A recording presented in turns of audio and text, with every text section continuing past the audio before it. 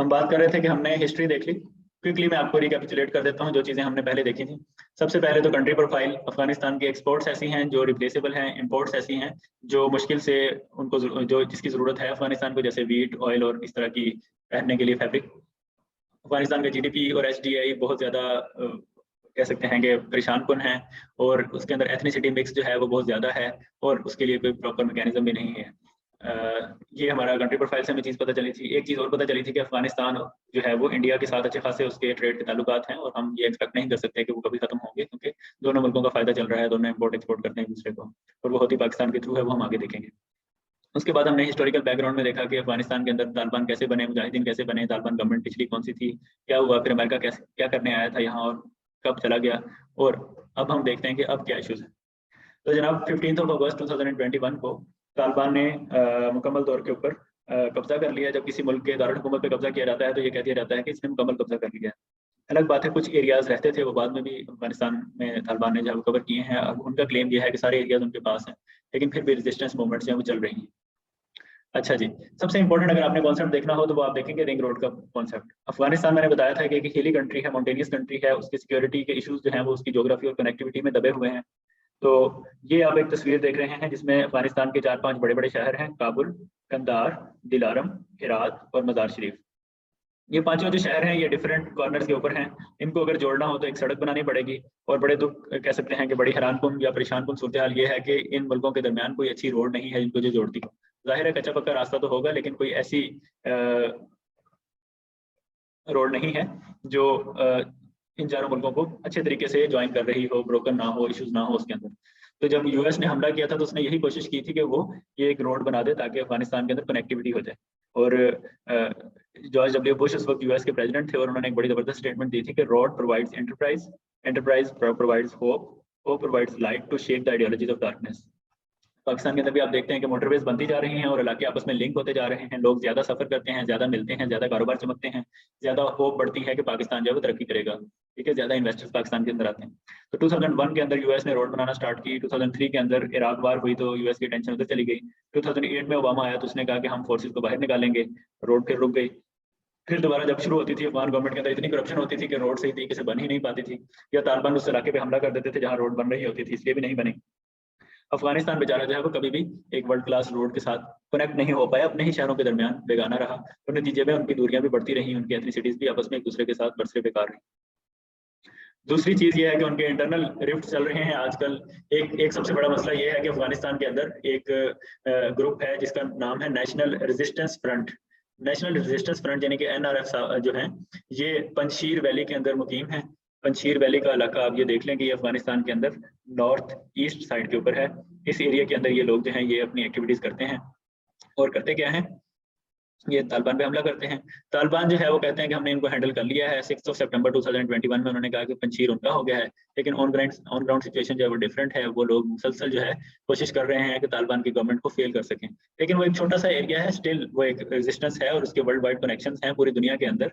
वो लोग protest arrange करते हैं डिफरेंट मुल्कों के अंदर और बताते हैं कि तालिबान गवर्नमेंट ये कर रही है, ये कर रही है। वो क्या चाहते हैं, वो चाहते हैं इंक्लूसिव गवर्नमेंट हो, सिर्फ पश्तून लोगों की गवर्नमेंट ना हो। तालिबान जो है वो ज्यादा पश्तून लोग हैं, ताजिक लोग नहीं है, उज़्बेक लोग नहीं है, ज्यादा पश्तून लोग हैं। तो ये पंजशीर की जो लोग हैं ये कहते हैं कि नहीं, ऐसी गवर्नमेंट नहीं होगी, गवर्नमेंट ऐसी होगी जो इंक्लूसिव होगी, जो दोनों तीनों या चारों एथनिसिटीज मिलकर अपनी अपनी प्रोपोर्शन में बनाएंगे। फिर एनआरएफ क्या करती है, पूरी दुनिया के अंदर लॉबिंग कर रही है कि तालिबान की गवर्नमेंट को रिकग्निशन ना मिले, उनको तस्लीम ना किया जाए, और बहुत सारे मुल्कों ने, बल्कि तकरीबन सब मुल्कों ने ही तस्लीम नहीं किया अफगानिस्तान को अभी तक। उसके बाद क्या है जी, उसके बाद ह्यूमन राइट्स एक्टिविस्ट जो हैं ऑल ओवर द वर्ल्ड, उनके राब्ते हैं एनआरएफ के साथ, और वो तालिबान को इंटरनेशनल पॉलिटिक्स में फेल करने की कोशिश कर रहे हैं। और ये पंजशीर वैली की जो मूवमेंट है उसके अलावा भी कुछ और इश्यूज हैं इंटरनल, और वो ये हैं कि टेररिज्म बहुत ज़्यादा बढ़ रहा है, या टेररिज्म का खतरा बढ़ रहा है। आईएसआईएस पहले सीरिया और इराक में थी, अब वो खुरासान रीजन जो तुर्कमेनिस्तान के साथ है उसमें आ गई है, और अफगानिस्तान के अंदर भी उसकी प्रेजेंस है। फिर एक और टेररिस्ट ऑर्गेनाइजेशन है ईस्ट तुर्किस्तान इस्लामिक मूवमेंट, ये भी एटिम जो है ये भी अफगानिस्तान के अंदर है, और इसके अंदर अच्छी खासी जो है वो टेररिस्ट एक्टिविटीज होती हैं। और ये एटिम ज़्यादा चाइना के ऊपर हमलावर होती है, चाइना का जो एरिया है, बिगर मुस्लिम्स का एरिया, उनको सपोर्ट करती है। तो अफगानिस्तान एक तो अपने आप को जोड़ नहीं सका, ये भी एक मसला है इनका। दूसरा मसला इनकी सिक्योरिटी का ये है कि इनके अंदर ही इश्यूज हैं। तीसरा टेररिज्म है।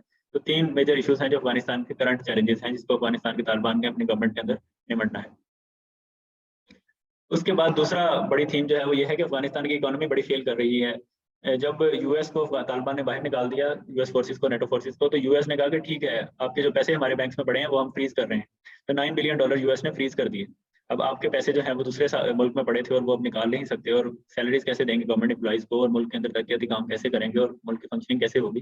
बिल्कुल स्टाल होकर रह गया है तालिबान गवर्नमेंट का जो सिस्टम है।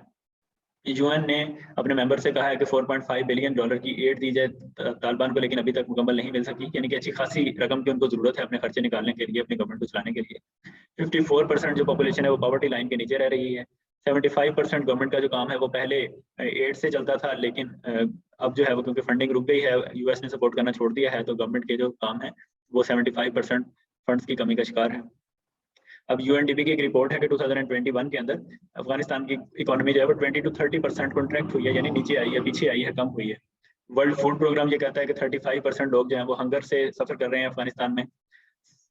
खर्चे चलाने के पैसे इतने ज़्यादा कम हैं कि हॉस्पिटल जो है वो 83% हॉस्पिटल्स बंद हो चुके हैं क्योंकि सैलरीज ही नहीं है डॉक्टर की। 17% हॉस्पिटल चल रहे हैं, और यूएन की रिपोर्ट के मुताबिक 7 लाख लोग जो हैं वो अपने ही मुल्क के अंदर दरबदर हो गए हैं, सिर्फ इसलिए कि इकोनॉमी फेल हो रही है और उनकी जॉब्स सूख गई हैं। चुनांचे अफगानिस्तान के अंदर रिकंस्ट्रक्शन और डेवलपमेंट की अच्छी खासी जरूरत है। तो ये करंट इश्यूज हैं उनकी। एक सिक्योरिटी का इशू जिसके अंदर 3 चीजें आती हैं, टेररिज्म, पंजीर मूवमेंट, और जो है वो उनके कनेक्टिविटी का जो लॉस है वो। और इकोनॉमी के अंदर ये आता है कि उनके पास गवर्नमेंट चलाने के पैसे नहीं हैं, लोगों को खिलाने के पैसे नहीं हैं, सेहत के इंतजाम के पैसे नहीं हैं, एजुकेशन के पैसे नहीं हैं, और पॉवर्टी से नीचे लोग रह रहे हैं और सारे पैसे फ्रीज कर दिए गए। तीसरी थीम गवर्नेंस की थीम है। तालिबान 2.0 कहा जाता है इन तालिबान को, क्योंकि ये कहते हैं कि अब हम पहले की तरह नहीं करेंगे। पहले की तालिबान की जो गवर्नमेंट थी वो बहुत ज्यादा कंजर्वेटिव थी, बहुत ज्यादा कह सकते हैं कि टफ गवर्नमेंट थी। उन्होंने खवातीन पे भी पाबंदियां लगाई, उन्होंने जो है वो डिफरेंट अपने मुखालफिन पे भी पाबंदियां लगाई।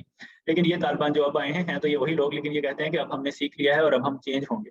तो इसको मीडिया में तालिबान 2.0 के का नाम दिया जाता है। लेकिन स्टिल मसला ये है कि ये क्या वही तालिबान रहेंगे या वाकई चेंज होंगे, सिर्फ बात कर रहे हैं, या इसकी कोई फर्क भी होगा इनमें। सबसे पहला तो इनका गवर्नेंस का चैलेंज ये है कि अफगानिस्तान के अंदर कोई कॉन्स्टिट्यूशन ही नहीं है इस वक्त। ठीक है, कॉन्स्टिट्यूशन फ्रेमवर्क बनाएंगे तो बात आगे चलेगी, अदरवाइज पता ही नहीं चलेगा कौन गवर्नमेंट करेगा कौन नहीं करेगा। फिर गवर्नेंस की कैपेबिलिटी नहीं है। तालिबान पिछले 20 सालों से जंग लड़ रहे हैं, जो पिछले तालिबान के दौरे हुकूमत में लोग थे वो अब खत्म हो चुके हैं, बहुत सारे नए लोग आ चुके हैं, हुकूमत चलाने का तजर्बा ही नहीं है, किस तरीके से गवर्नेंस चलाएं। फिर future of development Pakistan Afghanistan जो है वो भी एक इशू है। रिंग रोड नहीं बन सकी, हॉस्पिटल्स बंद हो रहे हैं, स्कूल बंद हो रहे हैं, तो डेवलपमेंट कैसे होगी, कहाँ से पैसे आएंगे, ये गवर्नेंस का एक बहुत बड़ा चैलेंज है। अफगानिस्तान जो है वो अपने लोन कैसे पे करेगा जो इसने मुख्तलिफ मुल्कों से लिए हुए हैं जंग के दौरान, वो भी एक मसला है। फिर क्या तालिबान 2.0 जो है वो नए तालिबान है या पुराने तालिबान है, या कौन से तालिबान है, क्या वो जो वादा कर रहे हैं क्या वो पहले की तरह नहीं करेंगे, तो वो उसको वॉक द टॉक करेंगे या नहीं करेंगे, ये भी एक इशू है। फिर तालिबान जो थे वो पिछले 20 सालों से जंग लड़ रहे थे, और जंग के अंदर आपको हेल्प चाहिए होती है डिफरेंट लोगों की। चुनांचे 2 डिफरेंट तरह के जो बड़े ग्रुप थे वो तालिबान के अंदर शामिल थे। एक दुरानी ग्रुप था। दुरानी ग्रुप ज्यादा मॉडरेट था, ज्यादा रैशनल था, वो चाहता है कि इंक्लूजन हो, सारी एथनिसिटीज गवर्नमेंट बनाए। दोहा टॉक्स के अंदर भी दुरानी ग्रुप आगे था। तो ये दुरानी ग्रुप जो है ये एक डिफरेंट थॉट के साथ है। दूसरी तरफ हक्कानी नेटवर्क और ईस्टर्न पश्तून हैं जो हार्ड लाइनर्स हैं, जो कहते हैं कि जंग ही मसले का हल है और हम टोटल इस्लामिक फंडामेंटलिज्म पे चलकर ही जो है वो मुल्क को चलाएंगे, हम बिल्कुल भी इंक्लूड नहीं करेंगे, हम पश्तून हैं तो पश्तून ही गवर्नमेंट करेंगे। ठीक है, तो तालिबान के अंदर अपने रिफ्ट्स भी हैं। अगर कोई पॉलिसी बनाने लगते हैं फर्ज करें तो हक्कानी नेटवर्क या ईस्टर्न पश्तून कुछ और कह रहे होते हैं और दुरानी ग्रुप कुछ और कह रहा होता है। ठीक है, इसके बारे में फर्दर स्टडी के ये क्या ग्रुप्स है अगर आप पढ़ना चाहते हैं तो उसका मैंने एंड पे लिंक दिया हुआ है। अच्छा, तो ये जो है ये आपके गवर्नेंस के चैलेंजेस हैं इस वक्त जो नजर आ रहे हैं, और इसके लिए कोई भी कह सकते हैं कि सॉलिड चीज नहीं हुई अभी तक। कोई भी ऐसा काम नहीं हुआ कि ये क्या होगा या क्या नहीं होगा। सिर्फ ये क्वेश्चंस हैं जिनको अपने जहन में रखना है, और अफगानिस्तान की सूरत हाल देखते हुए, अफगानिस्तान की इकोनॉमी की सूरत हाल देखते हुए, सिक्योरिटी की, कनेक्टिविटी की, हिस्टोरिकल बैकग्राउंड देखते हुए और कंट्री प्रोफाइल देखते हुए आपने ये इनको जो है एक्सप्लेन करना है कि ये इश्यूज हैं तालिबान को और ये इन्हें हैंडल करने पड़ेंगे। उसके बाद अगली थीम अगर हम देखें तो ह्यूमन राइट्स की थीम है। अफगानिस्तान में 42% फीमेल्स हैं, लेकिन फीमेल्स के साथ जो है वो पिछले दौर में तो कोई अच्छा सलूक नहीं होता रहा। इस दौर के अंदर तालिबान 2.0 ने हालांकि कहा कि हम जो है वो अब नहीं करेंगे पहले की तरह, लेकिन मार्च 2022 में उन्होंने एक सेकेंडरी स्कूल्स यानी कि 7th क्लास के बाद वाली जो गर्ल्स स्कूल्स हैं उसके अंदर बच्चियों को जाने से रोक दिया। उन्होंने कहा कि बच्चियां क्यों पढ़ेंगी, मतलब बड़े बगैर भी गुजारा हो सकता है, यानी लड़के जाते हैं लड़कियां नहीं जाती, डिस्क्रिमिनेटरी पॉलिसी आ जाती है यहाँ।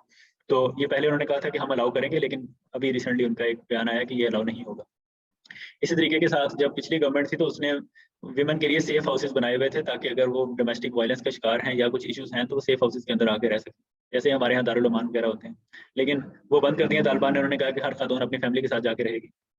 फिर तालिबान जो है वो रिवेंज किलिंग के लिए थ्रेटन करते हैं अपने पॉलिटिकल ओपोनेंट्स को, और इनफोर्स्ड डिसअपेरेंसेस हो रही हैं और समरी किलिंग्स हो रही हैं। लेकिन ये खबरें ज़्यादा बाहर नहीं आ रही क्योंकि तालिबान की जो है वो गवर्नमेंट का कंट्रोल है, और बहुत सारी खबरें जो है वो वीक चैनल्स के थ्रू बाहर आती हैं या प्रोपेगेंडा के थ्रू बाहर आती हैं, एग्जैक्ट कोई शफाफ तरीके से बाहर नहीं आती। इसलिए ये एक ब्लैक बॉक्स है कि ह्यूमन राइट्स की क्या वाकई सूरत हाल खराब है, या हमें प्रोपेगेंडा किया जा रहा है, दूसरी फोर्सेज NRF कर रही है या दूसरे वेस्टर्न कंट्रीज US वगैरह कर रहा है मीडिया के ऊपर कि ऐसा हो रहा है।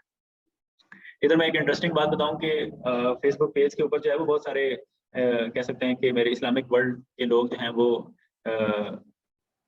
इन टच हैं, उधर पेज को फॉलो करते हैं, कमेंट करते हैं। तो आज एक अफगान नेशनल ने मुझे मैसेज किया और मुझे कहा कि मैं पिछली गवर्नमेंट को सपोर्ट करता था और अब मुझे यहाँ से निकालने में हेल्प करें।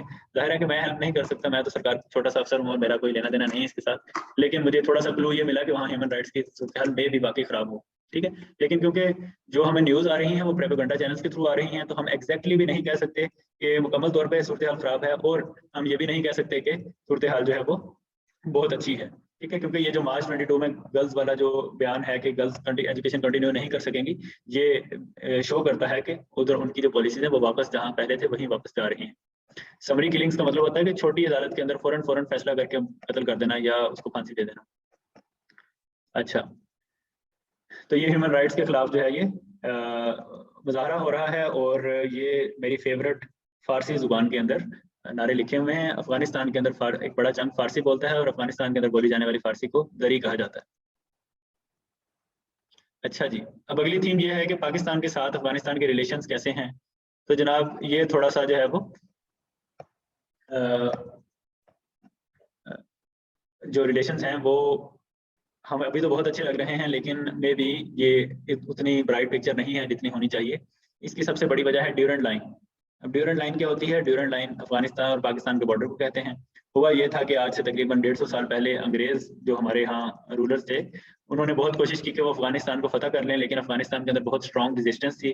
चुनांचे उन्होंने अफगान गवर्नमेंट के साथ एक मुआहदा किया कि इस लाइन के इस तरफ हमारा कंट्रोल होगा और उस तरफ तुम्हारा कंट्रोल होगा। इस लाइन को लगाते हुए ये नहीं देखा गया कि ये पश्तून एरियाज हैं, एक तरफ इधर रह रहे हैं एक तरफ उधर रह रहे हैं। अक्सर फैमिलीज बाउंड्री की इस तरफ रहती हैं, अक्सर उधर रहती हैं, लेकिन बहरहाल इसके ऊपर पाकिस्तान में ज्यादा बात नहीं की जाती और इसको एक बॉर्डर का हिस्सा समझा जाता है। और ये इसकी लेंथ जो है 2640 किलोमीटर है, यानी कि अच्छी खासी लेंथ है। तो ये ड्यूरेंट लाइन जो है इसके ऊपर अफगानिस्तान का हमेशा से ये क्लेम रहा है कि ये पाकिस्तान का हिस्सा है और पाकिस्तान जितने भी पश्तून रहते हैं वो पाकिस्तान का हिस्सा है, सॉरी अफगानिस्तान का हिस्सा है। लेकिन पाकिस्तान जो है वो इस लाइन को मेंटेन रखता है कि ये लाइन जो है ये हमारी बाउंड्री लाइन है। अब बाउंड्री लाइन जो है इसके ऊपर पाकिस्तान ने डिमार्केशन स्टार्ट कर दी हैं और कोशिश ये की है कि यहाँ के ऊपर जो है वो बार लगा दी जाए ताकि क्रॉसिंग आसान ना रहे। और मिलियंस ऑफ डॉलर्स पाकिस्तान ने लगाए हैं 2640 किलोमीटर की लाइन के ऊपर खारदार तारें लगाने में। तालिबान ने इस लाइन को भी एक्सेप्ट नहीं करते, लेकिन उन्होंने ना तो कंडेम किया है ना उन्होंने जो है वो बात की है, लेकिन उन्होंने कोई ऐसा सिग्नल भी नहीं दिया कि ये वाली लाइन जो है ये उसको तस्लीम करते हैं। दूसरी चीज ये है कि तालिबान ने कभी भी कंडेम नहीं किया अफगानिस्तान का ये गोल कि वो पश्तूनिस्तान बनाना चाहते हैं, वो पश्तून एरियाज अपने साथ लेके जाना चाहते हैं। तालिबान ने इसके ऊपर भी कोई बयान नहीं दिया कभी भी। ठीक है, तो ये दो ऐसी चीजें हैं जो तालिबान के साथ पाकिस्तान के ताल्लुकात को कभी फ्यूचर में खराब कर सकती हैं। एक पश्तूनिस्तान का मामला और दूसरा ड्यूरेंट लाइन का मामला। वो ड्यूरेंट लाइन को नहीं मानते, वो चाहते हैं कि ये जो येलो रीजन है ये सारा ही अफगानिस्तान का हिस्सा होना चाहिए। पाकिस्तान ये चाहता है कि नहीं, ये अफगानिस्तान का हिस्सा नहीं है, क्योंकि इसमें तो पाकिस्तान के बड़े बड़े शहर आ रहे हैं, पेशावर आ रहा है, पहाड़ आ रहा है, कोयटा आ रहा है। ठीक है, पाकिस्तान ये चीज तस्लीम नहीं करता, तो मे भी इसके ऊपर जो है वो इशू इसी दौर में फ्यूचर में हो। दूसरा इशू पश्तूनिस्तान का है। ठीक है, तो उसके बाद ये देखें कि इंडिया एक तरफ है और दूसरी तरफ अफगानिस्तान है, दरमियान में पाकिस्तान है। तो पाकिस्तान इंडिया को रास्ता देता है अफगानिस्तान तक अपनी चीजें लेके जाने का, बेचने के लिए, और अफगानिस्तान की चीजें इंडिया लेके जाने का। इसे कहते हैं ट्रांजिट ट्रेड, और इसके ऊपर भी India Pakistan Afghanistan Pakistan transit trade agreement हुआ है। तो पाकिस्तान जो है वो इंडिया की सारी चीजें या इंडिया की सारी प्रोडक्ट है वो अपने थ्रू गुजार के उधर लेके जाता है और बदले में ट्रांजिट फीस ले लेता है। पाकिस्तान के लिए भी अच्छी खासी इनकम का हिस्सा है और अफगानिस्तान भी इंडिया पर डिपेंड करता है इस तरीके के साथ।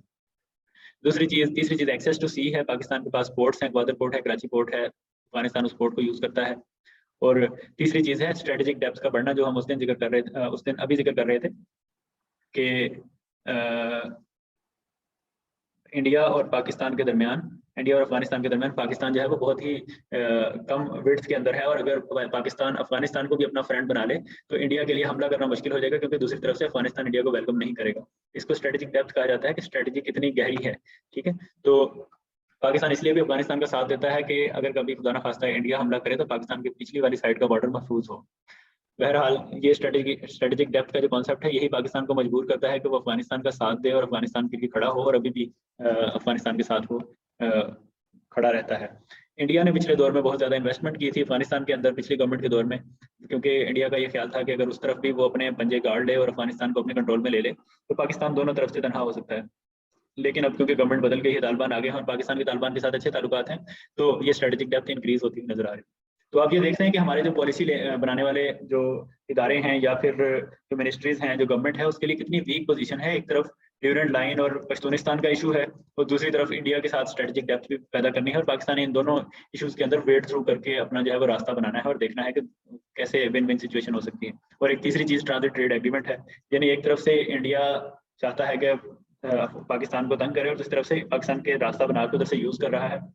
इसी तरीके से तालिबान एक तरफ तो डिपेंड करते हैं पाकिस्तान के ऊपर और दूसरी तरफ ड्यूरेंट लाइन और पश्तूनिस्तान के बारे में कोई क्लियर पॉलिसी नहीं देते। अच्छा जी, उसके बाद पाकिस्तान का एक और भी इशू है, और वो ये है कि जब अफगान वॉर हुई थी तो बहुत सारे रेफ्यूजीज जो थे, तकरीबन 30 लाख के करीब रेफ्यूजीज जो थे वो पाकिस्तान के अंदर आ गए थे।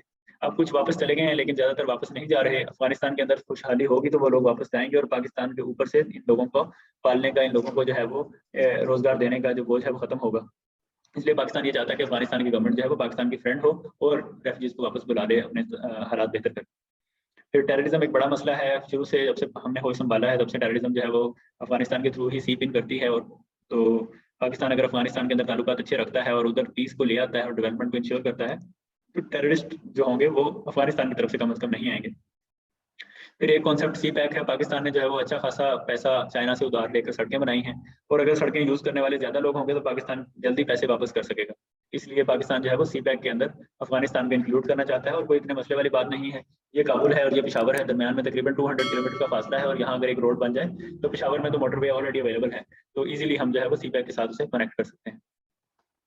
फिर पाकिस्तान का मैंने पहले बताया था कि सेंट्रल एशियन रिपब्लिक्स के साथ एक जो है वो दोस्ती करने का मूड बना था पिछले टाइम में, और उन्होंने 6 MOUs भी साइन किए थे, मेमोरेंडम्स ऑफ अंडरस्टैंडिंग साइन किए थे, कल्चर के ऊपर, ट्रेड के ऊपर, कॉपरेशन के ऊपर, इकोनॉमिक कॉर्पोरेशन ऑर्गेनाइजेशन को रिवाइटलाइज करने के लिए।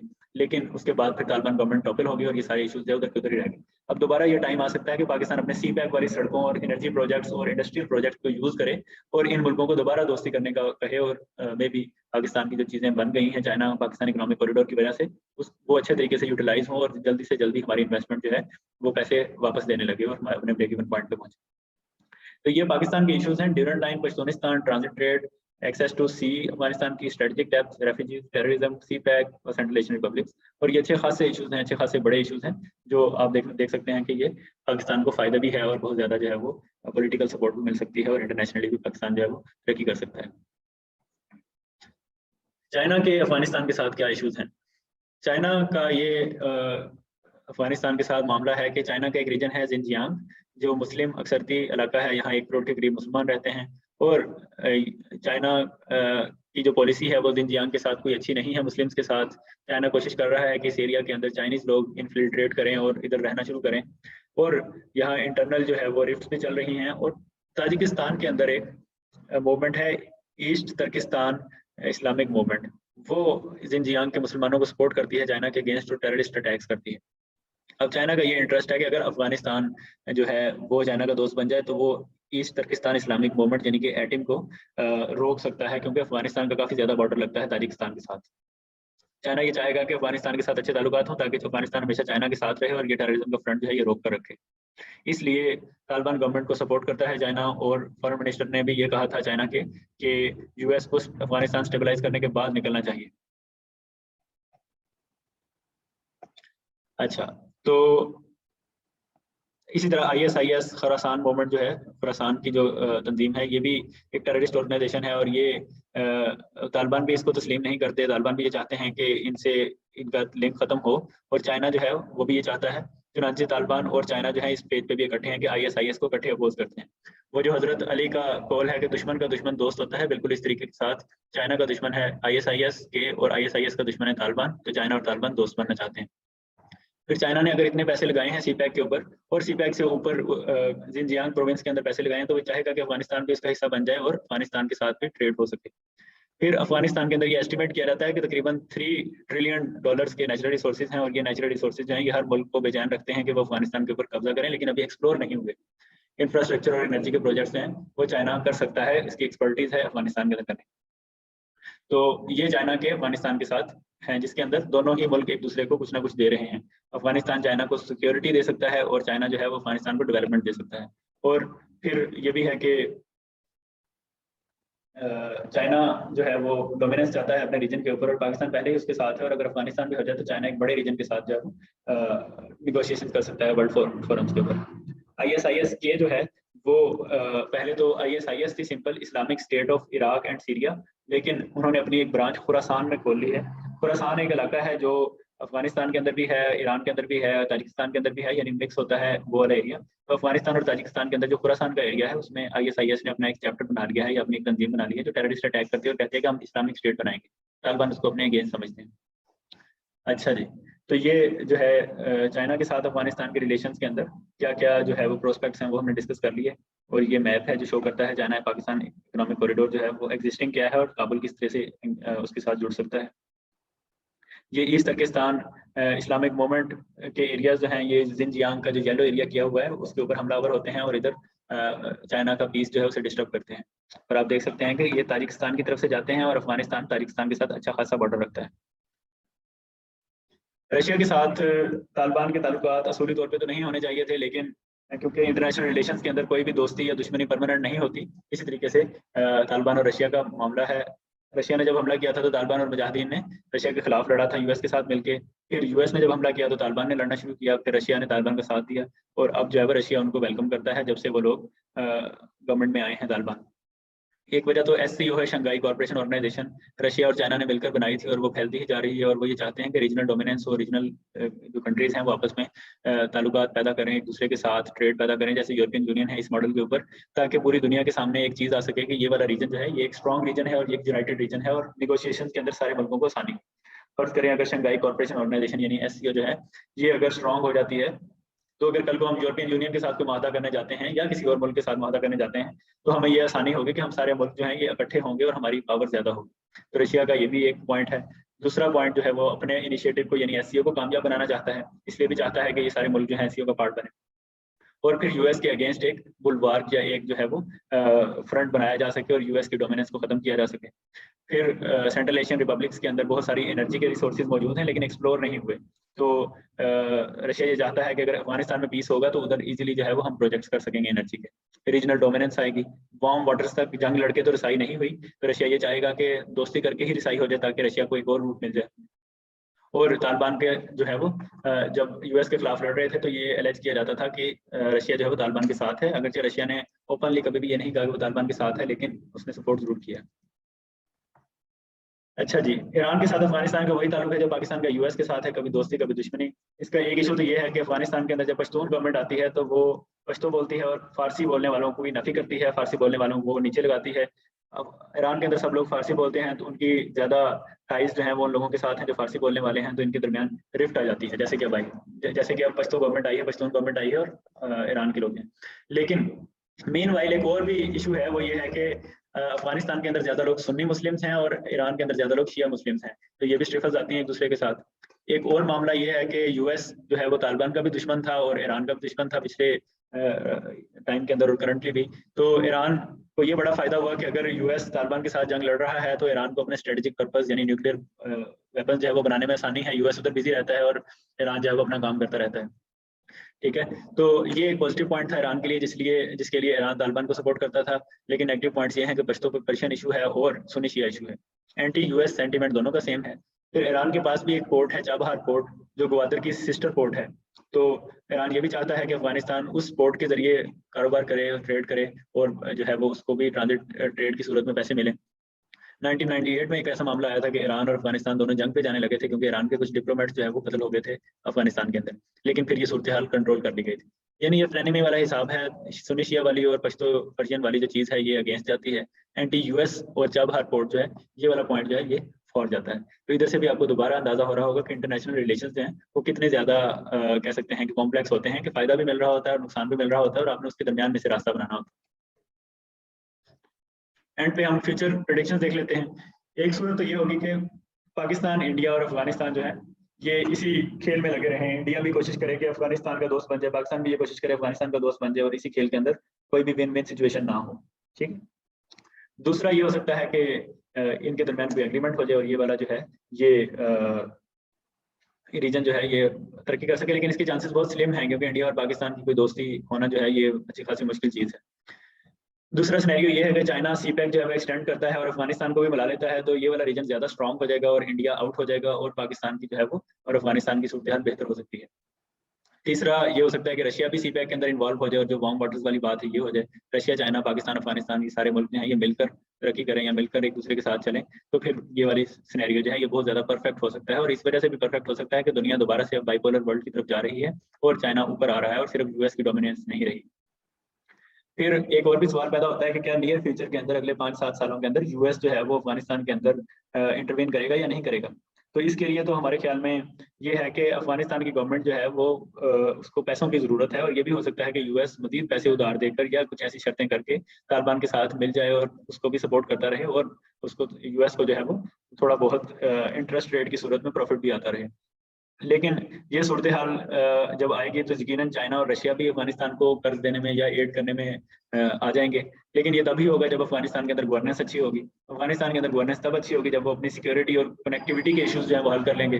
ठीक है। तो ये कॉम्प्लेक्स सूरत हाल है जिसपे कुछ भी नहीं कहा जा सकता, लेकिन सारा सिनेरियो मैं ऊपर आपको डिफाइन कर चुका हूँ किस किस तरीके से है। ठीक है। तो आपने जब ऐसा कोई क्वेश्चन आएगा तो इसमें ये डिस्कशन जरूर करनी है कि क्या क्या वजूहत हैं जिस वजह से अफगानिस्तान यूएस की तरफ जाएगा या रशिया या चाइना की तरफ जाएगा, और आपकी क्या राय है उसके ऊपर। फिर तालिबान की गवर्नमेंट सस्टेन होगी या नहीं होगी, क्या एनआरएफ जो है वो मजीद फैलेगा या नहीं फैलेगा, नेशनल रेजिस्टेंस फ्रंट जो है। ठीक है। और क्या तालिबान के अपने जो फैक्शंस हैं, दुरानी ग्रुप और हकानी नेटवर्क, वो आपस में इकट्ठे मिलकर रहेंगे या अलग अलग होंगे या दोबारा से जंग छिड़ जाएगी। एक और मसला ये भी है कि अफगानिस्तान के जो एथनिक मिक्स है, जो ताजिक हैं, उज़्बेक हैं, क्या अफगानिस्तान के नए आइन के अंदर ताजिक और उज़्बेक के लिए कोई जगह होगी या नहीं होगी। ठीक है। क्या पश्तून अपनी पसंद का आइन बनाएंगे या फिर सारी एथनिसिटीज को देख कर एक आइन बनाएंगे। फिर ये भी एक चीज आती है कि तालिबान के अपने जो हकानी नेटवर्क है या उसके अपने जो लोग हैं दुरानी ग्रुप, उसको अपीज कर सकेंगे। और इसके अलावा एक और चीज कि तालिबान के अंदर जो फोर्स के अंदर लोग हैं उन्होंने तो साल साल से सिर्फ जंग की है और यूएस की चीजें लूट मार कर जो है वो गुजारा किया है। तो अब उनको गवर्नमेंट भी नहीं चलानी आती, कारोबार भी नहीं चलाना आता, तो वो किस तरीके के साथ सस्टेन करेंगे या किस तरीके के साथ जो है वो आगे चलेंगे। ये चीजें जो है ये ओपन एंडेड क्वेश्चन है जिसका आंसर इन्हीं चीजों के अंदर छुपा हुआ है जो हमने डिस्कस की है, लेकिन किसी को भी क्लियर नहीं है। किसी भी वर्ल्ड के जो है थिंक टैंक उसको ये क्लियर नहीं है कि क्या होगा। सब लोग ये कह सकते हैं बड़ी शुद्ध के साथ कि मेरे ख्याल में ऐसा होगा, लेकिन क्लियर किसी को भी नहीं है। ठीक है। लेकिन ये क्वेश्चन है जिसके ऊपर आपने जरूर सोचना है और अपने गिवन डेटा के अंदर उसका सोल्यूशन सोचने की कोशिश करनी है और निकालने की कोशिश करनी है। उसके बाद फ्यूचर ऑफ ह्यूमैनिटेरियन क्राइसिस क्या होगा अफगानिस्तान के अंदर। क्या इसी तरीके से पॉवर्टी चलती रहेगी, हंगर चलती रहेगी, लोग भूख से मरते रहेंगे, हॉस्पिटल्स बंद रहेंगे, एजुकेशन खराब की सूरत हाल खराब रहेगी या सेम रहेगी। तो ये भी एक क्वेश्चन है जिसके बारे में आपको सोचना होगा और आपको इसका कोई ना कोई वे फॉरवर्ड निकालना होगा। वे फॉरवर्ड भी इसी के अंदर है कि अफगानिस्तान तालिबान सीपैक को ज्वाइन कर ले, या अफगानिस्तान जो है वो अपने इंटरनल इश्यूज पहले हल करे फिर सीपैक को ज्वाइन करे, या अफगानिस्तान सीधा यूएस के पास चला जाए और कहे कि ठीक है अब मैं आपकी शर्तें सारी तस्लीम करूंगा, आपको बहुत ज्यादा इंटरेस्ट रेट दूंगा, आप मुझे जो है कर्ज दे दें। तो ये सारी चीजें जो है ये हमें साथ साथ लेकर चलनी होगी। कल किसी ने कहा था कि सर आप कोई फर्दर रीडिंग की भी चीज़ें बता दें, तो ये फर्दर रीडिंग के लिए कुछ टॉपिक्स हैं जो आप देख सकते हैं। ये वर्ल्ड बेस्ट थिंक टैंक्स हैं, उधर से मैंने चुनकर आपके लिए जो है वो रखे हैं। तो अगर आप इनको पढ़ेंगे, लेकिन मेरे ख्याल में इन चीज़ों को पढ़ने के बजाय आप इन चीज़ों के ऊपर सोचें ज़रूर। ये सारा डेटा आपकी फिंगर टिप्स के ऊपर हो और फिर आप एंड पे दिए गए क्वेश्चन जरूर सोचें कि इसका क्या हल होगा, और जो आपके ख्याल में बेस्ट हल होगा इस डेटा की रोशनी में वो आप अपने एग्जाम में लिखें। ठीक है। तो ये आज का लेक्चर था। होपफुली आप लोगों को ये वाला पोर्शन भी क्लियर हो गया होगा और ये पाकिस्तान के साथ डायरेक्टली अलाइंड है।